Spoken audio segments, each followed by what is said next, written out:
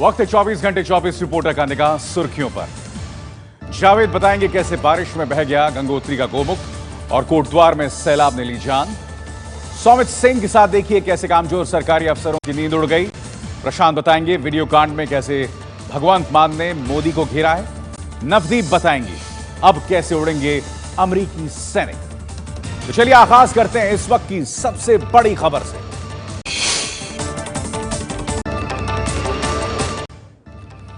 चौबीस घंटे 24 रिपोर्टर की शुरुआत बड़ी खबर के साथ। देश में मेडिकल एजुकेशन सिस्टम सुधारने के लिए मोदी सरकार बड़े फैसले लेने जा रही है। देश में एमबीबीएस पास करने भर से डॉक्टर प्रैक्टिस नहीं कर पाएंगे। सरकार इस नियम में बदलाव कर सकती है, जिसके बाद देश में एमबीबीएस पास करने के बाद डॉक्टर्स को प्रैक्टिस शुरू करने से पहले एक राष्ट्रीय परीक्षा पास करनी पड़ सकती है। एबीपी न्यूज के पास खबर है कि नीति आयोग की सिफारिश चली तो देश में मेडिकल काउंसिल ऑफ इंडिया को भंग करके नेशनल मेडिकल कमीशन बनाया जा सकता है। बड़ी खबर।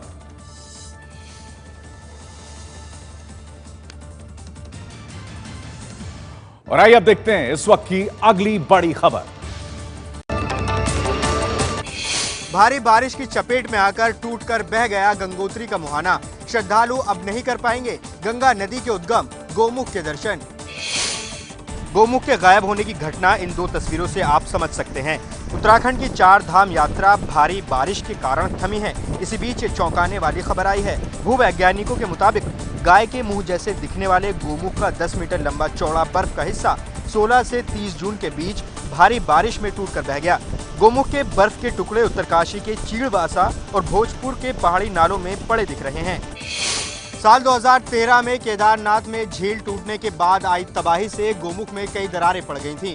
बढ़ते ग्लोबल वार्मिंग से इसकी भरपाई नहीं हो पाई और आखिरकार इस साल ये गायब हो गया। मायावती पर अभद्र बयान देने वाले बीजेपी के पूर्व नेता दयाशंकर सिंह ने आज भी सरेंडर नहीं किया। पत्नी स्वाति सिंह को दुर्गा बताते हुए इलाहाबाद में उनके पोस्टर लगाए गए। दयाशंकर सिंह से जुड़ी आज 3 खबरें आई। गिरफ्तारी रोकने के लिए दयाशंकर सिंह की तरफ से इलाहाबाद हाईकोर्ट की लखनऊ बेंच में अपील की गई है। लखनऊ में दयाशंकर सिंह को वापस पार्टी में लाने की मांग करते हुए पोस्टर चिपकाए गए हैं, तो इलाहाबाद में स्वाति सिंह को दुर्गा बताते हुए विवादित पोस्टर भी लगाए गए। कल यूपी अध्यक्ष केशव मौर्य ने कहा था कि अगर जरूरत पड़ी तो स्वाति सिंह को भी चुनाव लड़वाया जाएगा। आज खबर आई कि स्वाति को बीजेपी के एक बड़े नेता ने मीडिया से दूर रहने की सलाह दी है। संसद का वीडियो शूट कर फंसे आम आदमी पार्टी के सांसद भगवंत मान ने स्पीकर सुमित्रा महाजन को भेजी चिट्ठी। लिखा, अगर मैं दोषी तो मोदी भी कम नहीं, उन्हें भी भेजा जाए समन। भगवंत मान ने स्पीकर को भेजी चिट्ठी में लिखा है, आपने मेरे वीडियो बनाने पर एक समिति बनाई है। समिति जांच करेगी कि इस वीडियो से संसद की सुरक्षा को खतरा तो नहीं पैदा हुआ। 2001 में आईएसआई ने संसद पर हमला किया, फिर 2016 में उसी आईएसआई ने पठानकोट एयरबेस पर भी हमला किया। प्रधानमंत्री जी ने उसी आईएसआई को पठानकोट एयरबेस में बाइज्जत बुलाकर घुमाया। आईएसआई पूरे एयरबेस के नक्शे बनाकर ले गई। क्या इससे देश की सुरक्षा को खतरा नहीं हुआ? अगर मैं दोषी हूँ तो प्रधानमंत्री मुझसे 100 गुना ज्यादा दोषी हैं। क्या एक मेरी छोटी सी वीडियो से देश की सुरक्षा खतरे में डली है, या फिर प्रधानमंत्री जी ने आईएसआई को पूरा एयरबेस दिखाकर देश की सुरक्षा खतरे में डाली है? मान की चिट्ठी को बाद में अरविंद केजरीवाल ने रीट्वीट भी किया। साथ में लिखा, वेरी वैलिड पॉइंट। गोरा बनाने वाली क्रीम हीन भावना पैदा करती है। आज ये बात संसद में गूंजी है। सरकार से एक्शन की मांग की गई है। फेयरनेस क्रीम के विज्ञापनों की भाषा महिलाओं के सम्मान के खिलाफ है और वो लोगों में हीन भावना पैदा करती है। ये बातें राज्यसभा में सांसदों ने कही। सरकार से फेयरनेस क्रीम पर रोक लगाने की मांग की गई है। हर क्रीम जो कह रही है ये लगाओ, आप गोरे हो जाओगे, आप फेयर हो जाओगे, ये हमारे औरतों के अंदर हीन भाव पैदा कर रही है। इनको जो है बिल्कुल बंद किया जाना चाहिए। पूरी दुनिया में फेयरनेस क्रीम का इस्तेमाल करने वाले देशों में श्रीलंका पहले नंबर पर है, जबकि भारत दूसरे पायदान पर। 16 साल से अनशन कर रही इरोम शर्मिला से जुड़ी आज बड़ी खबर आई। इरोम के करीबियों के मुताबिक 9 अगस्त को वो अपना अनशन तोड़ेंगी। Armed forces special powers act के खिलाफ 16 साल से अनशन कर रही 42 साल की इरोम शर्मिला ने कोर्ट को बताया है कि वो 9 अगस्त को अनशन तोड़ देंगी। इरोम शर्मिला के करीबियों के मुताबिक वो मणिपुर में चुनाव लड़ना चाहती हैं और शादी भी करना चाहती हैं। इरोम शर्मिला ने 2 नवंबर 2000 में सशस्त्र बल विशेष अधिकार अधिनियम यानी AFSPA के खिलाफ अनशन शुरू किया था। इस एक्ट के तहत सेना को मणिपुर में अतिरिक्त शक्तियां मिली हुई हैं। दरअसल इरोम शर्मिला के अनशन शुरू करने से 10 दिन पहले ही आरोप है कि असम राइफल्स के सैनिकों ने 10 लोगों को मार डाला था, जिसमें 2 बच्चे भी शामिल थे। बिहार में नीतीश के साथी लालू यादव नहीं देंगे यूपी में नीतीश का साथ। लालू यादव ने कहा है कि वो अपने प्रत्याशी यूपी में नहीं उतारेंगे।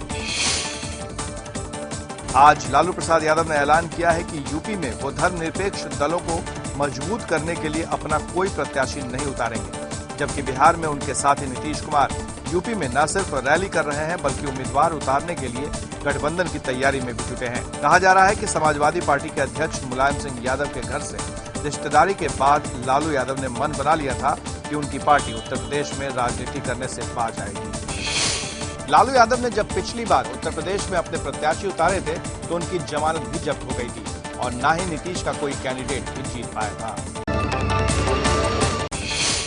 उद्धव ठाकरे ने एक बार फिर बीजेपी को दी धमकी। कहा, यदि शिवसेना को कमजोर करने की कोशिश की तो समर्थन वापस ले लेंगे। अपने जन्मदिन से पहले शिवसेना के मुखपत्र सामना को दिए इंटरव्यू के आखिरी हिस्से में 4 बड़े हमले बीजेपी पर उद्धव ठाकरे ने किए। पहला हमला, 25 साल बीजेपी से गठबंधन करके शिवसेना सड़ गई। दूसरा हमला, बीजेपी बीएमसी चुनाव अकेले लड़ना चाहती है तो शिवसेना तैयार है। उद्धव ठाकरे का तीसरा हमला, शिवसेना को कमजोर करना चाहा तो समर्थन वापस लेंगे। अगर सत्ता को हथियार बनाकर हमको घेरने की कोशिश करेंगे तो ऐसी बहुत बार सत्ता हमने छोड़ दी है। जो लोगों को बयानबाजी करनी है तो वो लगातार बयानबाजी कर सकते हैं। शिवसेना बीजेपी का गठजोड़ देश का सबसे पुराना राजनीतिक गठजोड़ है। विपक्ष में रहते हुए दोनों ही पार्टियों ने एक दूसरे के साथ गठबंधन बनाया था और पिछले विधानसभा चुनाव में 25 साल के गठजोड़ के बाद ये टूटा था।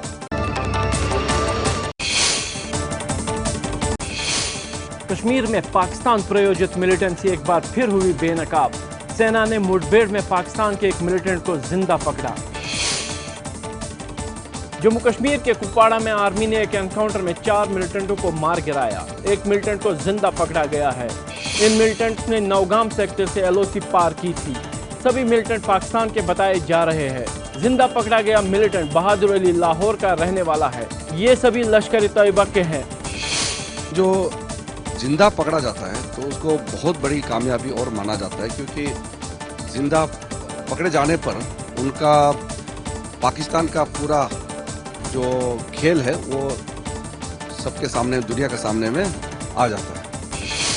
मुंबई हमले के बाद कसाब और अगस्त 2015 में उधमपुर में पकड़े गए नावेद के बाद से अब तक सुरक्षा बलों के हाथ 6 पाकिस्तानी मिलिटेंट आए हैं, जिनमें से 4 लश्कर के और 2 जैश के थे। 17 दिन बाद श्रीनगर में जैसे ही कर्फ्यू हटा, एक बार फिर लोगों ने प्रदर्शन किया। श्रीनगर में आज सुबह ही कर्फ्यू हटा। सुबह शांति दिखी, लेकिन दोपहर बाद पुराने श्रीनगर में भारत विरोधी नारे लगाते हुए प्रदर्शन शुरू हो गया। हंगामा जब उग्र हुआ तो पुलिस ने आंसू गैस के गोले छोड़े। 8 जुलाई को आतंकी बुरहान वानी के एनकाउंटर के बाद घाटी में हिंसा भड़की थी, जिसके बाद 10 जिलों में कर्फ्यू लगाना पड़ा था। करगिल विजय दिवस के मौके पर दिल्ली से लेकर द्रास तक शहीदों को श्रद्धांजलि। पीएम ने कहा, आखिरी सांस तक लड़ने वाले जवानों के आगे झुक जाता है सिर।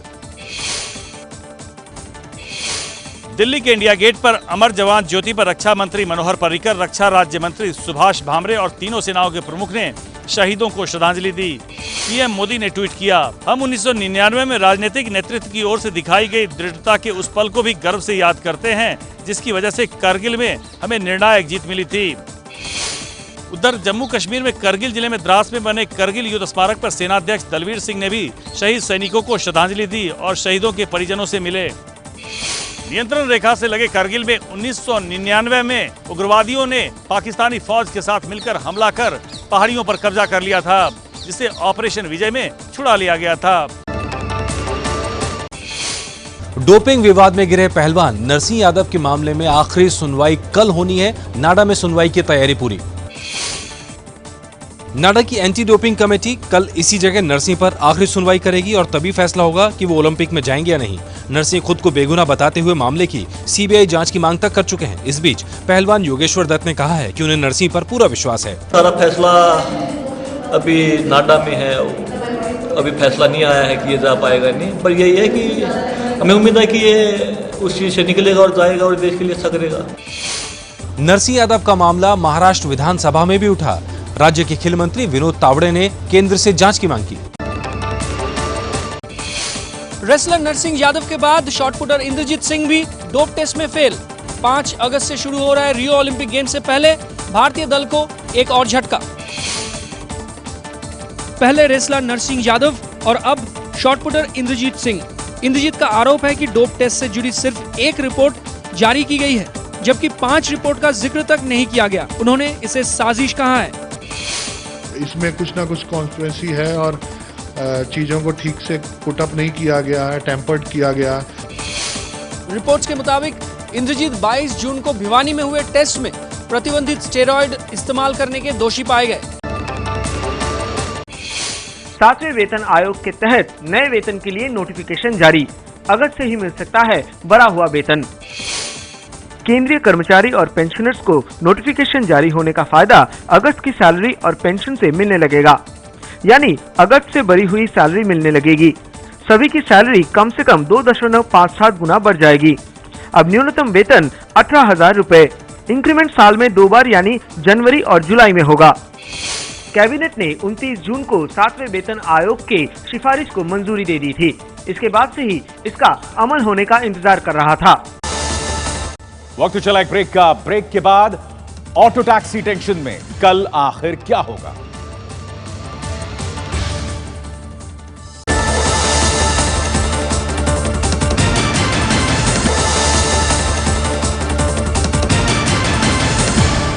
आप देख रहे हैं 24 घंटे 24 रिपोर्टर। ब्रेक में जाने से पहले 3 बड़ी खबरों पर हमने निगाह डाली थी। देश में बदल सकता है डॉक्टर्स बनने का सिस्टम। बारिश में बह गया गंगोत्री का गोमुख और कुपवाड़ा में पाकिस्तान का जिंदा आतंकवादी पकड़ा गया। और आइए अब रुख करते हैं हम अपनी अगली बड़ी खबर का। हरियाणा के बाद अब दिल्ली कांग्रेस में हुई बड़ी बगावत। दिल्ली कांग्रेस अध्यक्ष अजय माकन पर उठाए संदीप दीक्षित ने सवाल। शीला दीक्षित के बेटे और कांग्रेस के पूर्व सांसद संदीप दीक्षित ने अजय माकन पर वार किया। कहा दिल्ली कांग्रेस ऐसे इंसानों की अगुवाई में चल रही है जो लगातार शीला दीक्षित के खिलाफ झूठी रिपोर्ट के आधार पर हमले करता है।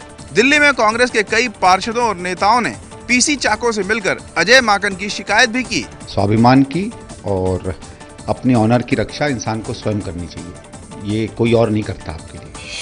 अजय माकन के खिलाफ बगावत करने वाले संदीप दीक्षित ने हालांकि बाद में यह जरूर साफ किया कि वो कांग्रेस छोड़कर कहीं नहीं जा रहे। दिल्ली में आज आम आदमी पार्टी और कांग्रेस के बीच खूब प्रदर्शन पॉलिटिक्स हुई। आम आदमी पार्टी ने महिला सुरक्षा के मुद्दे पर गृह मंत्री राजनाथ सिंह का घर घेरा। 1 मिनट के भीतर आपकी प्रदर्शनकारी महिला विधायकों को हिरासत में ले लिया गया। तो बीजेपी की छात्र विंग एबीवीपी के कार्यकर्ताओं ने केजरीवाल के घर प्रदर्शन किया। एबीवीपी के नेता पूछ रहे थे कि दिल्ली में 20 कॉलेज बनाने का केजरीवाल का वादा कहां गया। दिल्ली में बीजेपी के सांसद आम आदमी पार्टी की महिला कार्यकर्ता सोनी की सुसाइड के मामले में कल राष्ट्रपति प्रणब मुखर्जी से मुलाकात करेंगे। ऐप बेस्ड टैक्सी सर्विस के विरोध में दिल्ली में ऑटो और काली पीली टैक्सियों की बेमियादी हड़ताल। हड़तालियों ने सड़कों पर किया तांडव। उबर ड्राइवर से बदसलूकी, दूसरे ऑटो वालों से मारपीट, तो कहीं पब्लिक के साथ गलत सलूक।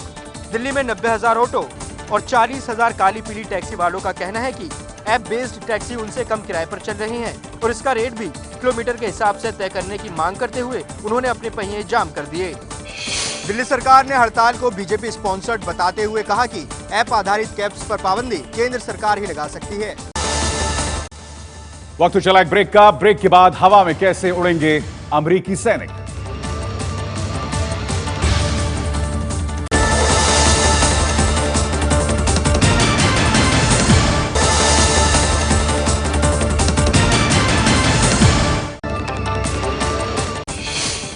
अपनी विरोधी फैशन ऑनलाइन कंपनी जिबोंग को खरीदकर नंबर 1 ऑनलाइन फैशन कंपनी बनी मिंत्रा। स्नैपडील, फ्यूचर ग्रुप और बिरला ग्रुप को डील में मात दी। 2 साल से घाटे में चल रही जिबोंग को मिंत्रा ने 470 करोड़ रुपए की नगद डील में खरीदा।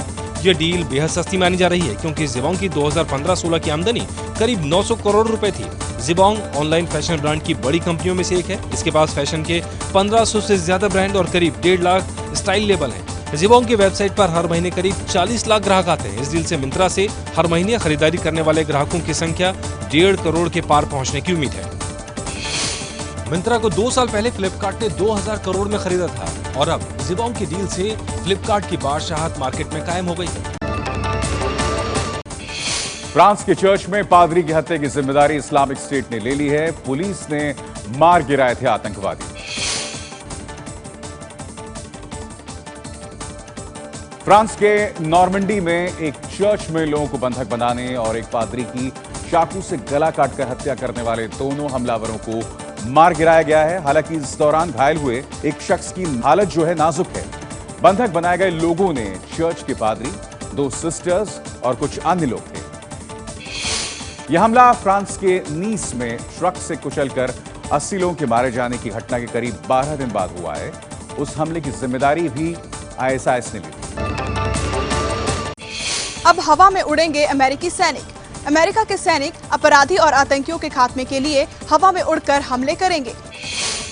अमेरिका के सैनिकों को जल्द ही इस तरह के फ्लाईबोर्ड मिल सकते हैं। जपाटा इंडस्ट्री के फ्लाईबोर्ड एयर को अमेरिका के डिपार्टमेंट ऑफ होमलैंड सिक्योरिटी की military supplier company implant science company ने खरीद लिया है। दावा है कि फ्लाईबोर्ड एयर 10,000 फीट ऊंचाई तक ऊपर जा सकता है। जिस बोर्ड के सहारे अमेरिकी सैनिक उड़ेंगे उसकी रफ्तार 150 किलोमीटर प्रति घंटे होगी। आप देख रहे थे 24 घंटे 24 रिपोर्टर। इन 3 बड़ी खबरों पर हमारी निगाह लगातार बनी रहेगी। नाडा के सामने नर्सिंग केस में सुनवाई। दिल्ली में ऑटो टैक्सी हड़ताल का दूसरा दिन। दया शंकर सिंह सरेंडर करेंगे तो रात 12 बजे फिर मुलाकात होगी। नमस्कार।